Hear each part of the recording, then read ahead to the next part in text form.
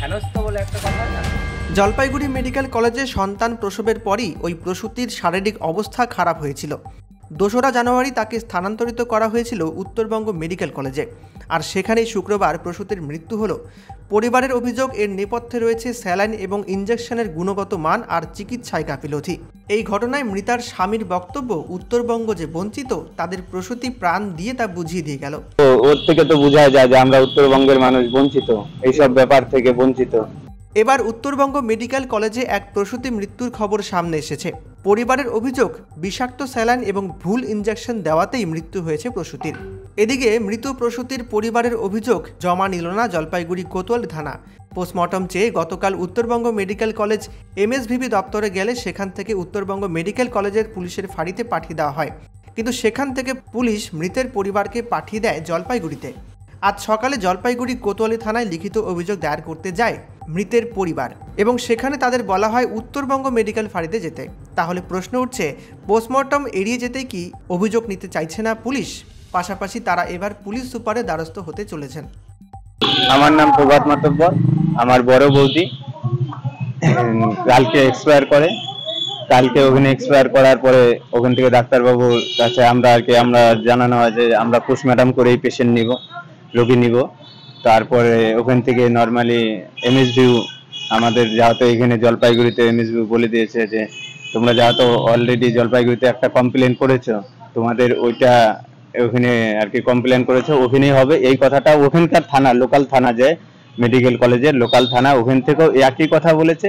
কিন্তু এখানে এসে আমরা ব্যাপারটা অন্যরকম হয়ে যাচ্ছে, যে এরা বলতেছে যে পোস্টমর্টমের ব্যাপারগুলা তো আমরা দেখবো না, যে ওটা না না না আমাদের কোনো নতুন আমাদের অভিযোগ কোনো জমা নিল না।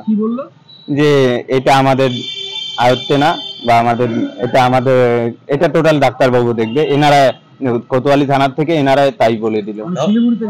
হ্যাঁ হ্যাঁ হ্যাঁ হ্যাঁ। তাহলে কি আদৌ কি মরণতন্ত্র হবে বলে মনে হচ্ছে? ওইটাই কি বলবো, ওইটাই আমাদের সাথে হচ্ছে। না হলে তোমরা কি বডি নিবা? না না, আমরা ময়নাতদন্ত না হলে আমরা বডি নিব না। তোমরা ময়নাতদন্তটা কেন চাচ্ছ? ময়নাতদন্ত কি ধরা পড়ে? আমাদের টোটালটা যে আমাদেরই যে ডাক্তারের গাফিলতি আর মেডিসিন বা স্যালাইনের ইনজেকশনের ব্যাপারে এগুলার গাফিলতিতে আমার বৌদির এরকম হয়েছে। কারণ আমার বৌদিকে আমরা 29 তারিখে সুস্থ অবস্থায় এখানে ভর্তি করানো হয়।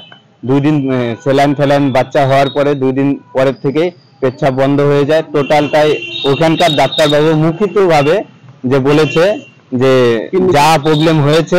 কোনো ড্যামেজ ছিল আগে? না না না না না না, কোনো সমস্যা ছিল না। তোমাদের তো পেশেন্টের একটা ডায়ালিসিসের ব্যাপার ছিল, সেটা কি হলো?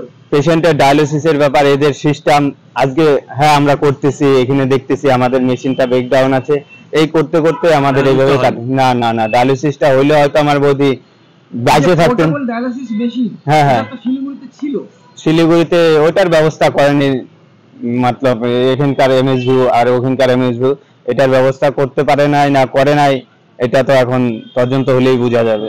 আচ্ছা বলছি যে আজকের দিনে দাঁড়া এই যে এত কাণ্ড হলো, তো কি অনুভূতি হচ্ছে? এটাই অনুভূতি যে আমরা উত্তরবঙ্গের মানুষ টোটাল ব্যাপার থেকেই বঞ্চিত।